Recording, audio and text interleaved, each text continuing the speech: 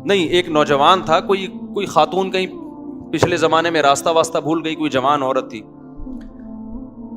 پہلے زمانے میں ظاہر یہ لائٹیں وائٹیں تو نہیں تھی نا، رات کو اندھیرے ہو جاتے تھے، راستہ کہیں بھول گئی ہوگی. تو وہ ایک مسجد میں گئی، اس کو ایک نوجوان نظر آیا جو رات کو چراغ میں مطالعہ کر رہا ہے. تو وہ گئی اس کے پاس کہ مجھے رات کو یہاں مسجد میں کہیں کونے میں آرام کرنے دو، میں جوان عورت ہوں، کہیں بھٹک گئی، کچھ مسئلہ ہوگا. تو وہ نوجوان بیچارہ مجبور تھا، اس نے کہا ٹھیک ہے جی آپ کنارے پہ لیٹ جائیں. اس نوجوان نے کیا کیا، اس عورت نے دیکھا یہ نوجوان نا پوری رات اس چراغ کی آگ میں اپنی انگلی لے کے جاتا اور جب جلنے لگتی تو واپس لے آتا. بار بار یہ عمل کر رہا ہے. وہ خاتون دیکھ رہی ہے کہ یہ کیا کر رہا ہے.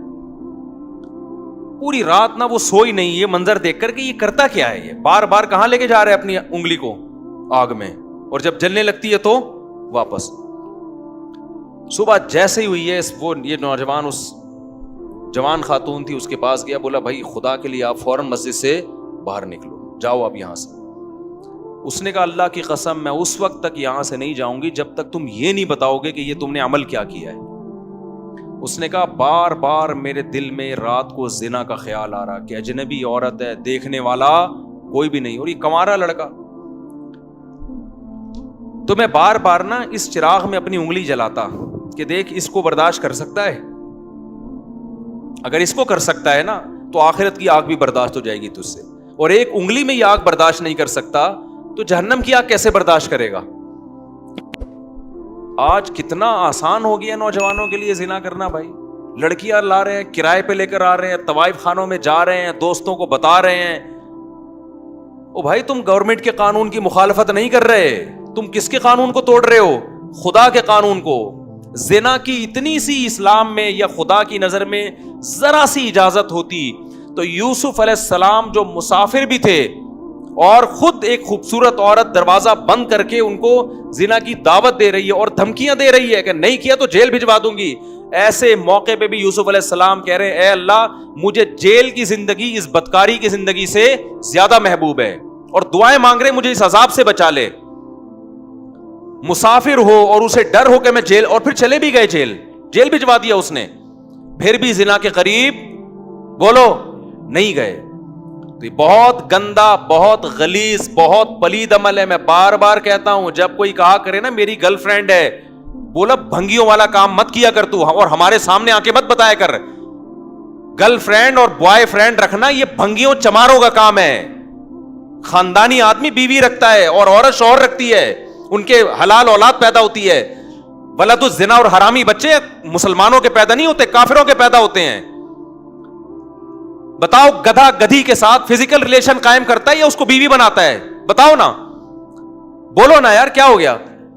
تو اس کا مطلب کسی عورت سے بغیر شادی کے فزیکل ریلیشن گدھے گھوڑوں کا کام، کتے بلیوں کا کام ہے یا نہیں ہے؟ یہ کام کتے بلی کرتے ہیں.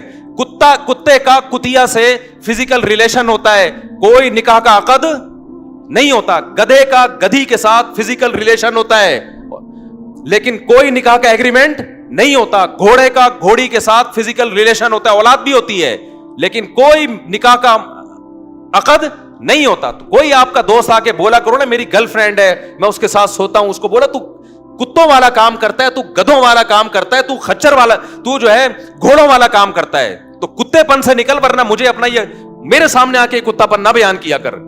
خدا کی قسم اس کے ساتھ تم بھی جہنم کی آگ میں جلو گے. جب وہ آ کے کہتا ہے نا میری گرل فرینڈ ہے تو خوش نہ ہوا کرو، ورنہ تمہیں بھی خدا اسی آگ میں پھینکے گا.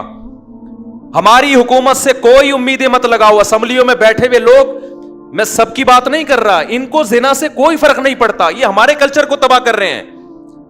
اولادوں کو روکو، اپنی اولادوں کو، اور بروقت نکاح کراؤ اپنی اولادوں کا. حضرت عبداللہ بن عباس کے 3 بیٹے جوان ہوئے، تینوں کو بلایا اور کہا کہ دیکھو بیٹو زنا کے قریب نہ جانا، کبھی بھی نہ جانا.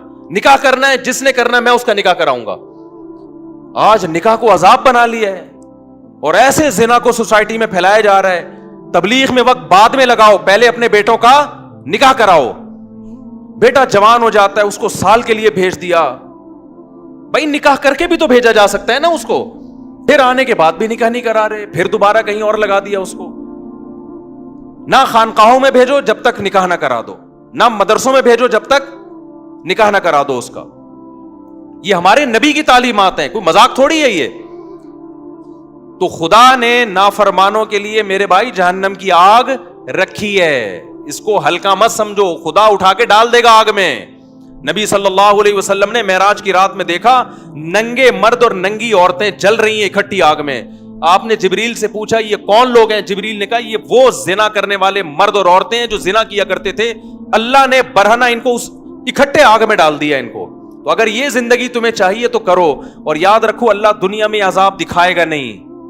دکھا دیا ہوتا تو یہ تو گورے بھی زنا سے بچ رہے ہوتے. پھر یہ اللہ نے اس پہ پردے ڈال دیے ہیں, اور پیغمبروں کو بھیجا یہ سمجھانے کے لیے کہ ان کو جا کے سمجھا دو کہ زنا کرنے والوں کے لیے اللہ نے آگ رکھی ہے. اور قرآن بار بار یہ بھی کہتا ہے ان ذالک علی اللہ یسیر, اتنے سارے لوگوں کو جہنم کی آگ میں ڈال دینا اللہ کے لیے کوئی مشکل کام نہیں ہے. لوگ کہتے ہیں نا یار اتنے لوگ آگ میں جلیں گے, وہ بھی جا رہا ہے, وہ بھی جا رہا ہے, وہ بھی جا رہا ہے, وہ بھی جا رہا ہے. تو قرآن اس کا بھی جواب دیتا ہے کہ میرے لیے یہ کام مشکل نہیں ہے, میں پرواہ نہیں کروں گا.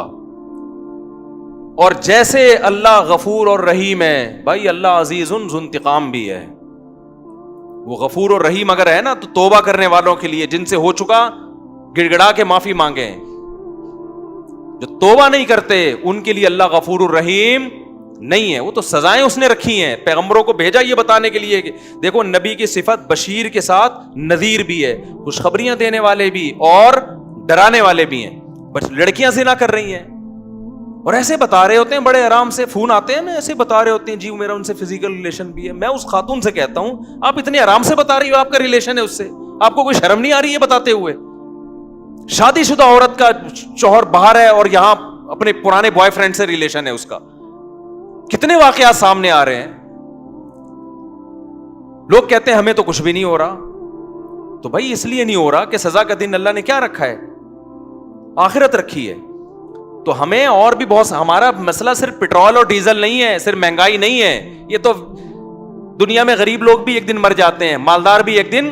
پیٹرول سستا ہو گیا تو کتنے دن کے لیے سستا ہوگا؟ ہماری عمریں 10 20 30 سال رہ گئی ہیں نا, کیا کر لیں گے 30 سال میں پیٹرول سستا کر کے؟ کیا کر لیں گے یار, آٹا سستا ہو گیا 20 30 سال تک کیا ہو جائے گا؟ زندگی انسان کی روڈ پہ بھی گزر جاتی ہے, لیکن آگے جو زندگی آنے والی ہے وہ بہت طویل زندگی ہے, وہ ختم ہونے والی نہیں ہے. اور اللہ نے پیدا اس زندگی کے لیے نہیں کیا, پیدا کہاں کے لیے کیا ہے؟ آخرت کے لیے کیا ہے. تو اپنی جانوں پہ رحم کرو. جس کو ہومو سیکسولیٹی کی عادت پڑ گئی ہے توبہ کرے اللہ کے سامنے, علاج کرانے کی کوشش کرے. جس کو زنا کی عادت پڑ گئی ہے گڑ گڑائے اللہ کے سامنے, نکاح کرے. بھائی 4 شادیاں کرو, کس نے منع کیا تمہیں؟ مت پوچھو سوسائٹی کیا کہتی ہے اس بارے میں. لوگ مذاق, میرا بہت اب تک مذاق اڑاتے ہیں, شادیوں کی باتیں کرتا رہتا ہے اور لوگوں کو شادیوں کی ترغیب دیتا. اڑانے دو مذاق, میں ذمہ دار ہوں اس کا. مجھے پتا ہے قیامت کے دن مجھے اللہ انشاءاللہ اس پہ نوازے گا.